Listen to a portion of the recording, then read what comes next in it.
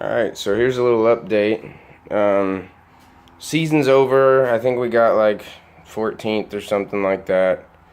But yeah, I pretty much didn't have any practice aside from racing, so the series this year was kind of like my shakedown for this build or whatever. But yeah, the turbo's off because we had a little bit of a thermal event because my dumb ass ran the old oil feed line for the turbo right by this positive bolt, and I mean I knew it was hitting, but I was gonna tie it up later once I had a bolt here for this, or a nut, or whatever you want to call those sticks that stand up. But yeah, I thought it would last longer, and it didn't. Rubbed a hole in it, started a fire. We put it out real quick, nothing else got damaged, but got a little mess to clean up. And I took the turbo off so that so I could limp home without a turbo from Fort Worth to Princeton. It worked fine. It was loud as shit though. So yeah, the season's over. Bash is all that's left. We're getting to a pretty reliable point though. I mean, if I didn't run that hose like an idiot, then the car would have ran absolutely perfect all weekend last weekend. So yeah.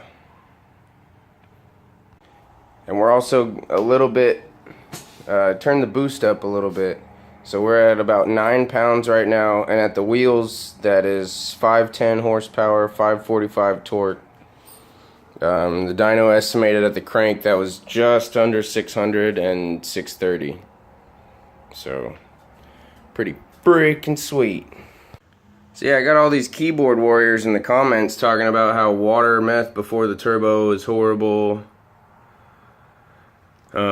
So I'm gonna pull this compressor housing off here so I can inspect the wheel some more. I've already done it once after running the water meth and I couldn't find any damage, but I drove it a lot harder, a lot higher boost, and a lot longer now this time, so we should get some, I don't know, if it's damaging it, we should see it by now. That's for sure. Alright, so we got the compressor housing off, and the cavitation I thought I saw the first time I took it apart, it's this little tiny pitting right here. And I only thought that because it looks kind of similar to like what I've seen in like jet ski pumps or whatever. There is a little bit of damage, like tiny bit, on the very tips of the blades where you would expect it. Let's see if I can get it to focus.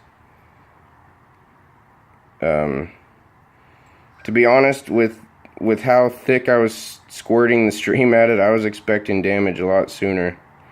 It was really promising. Eventually, what I'm going to do is I'm going to mist it better, but I'm going to keep spraying it before the compressor, because that actually widens the compressor map. If you look it up, it does something called wet compression.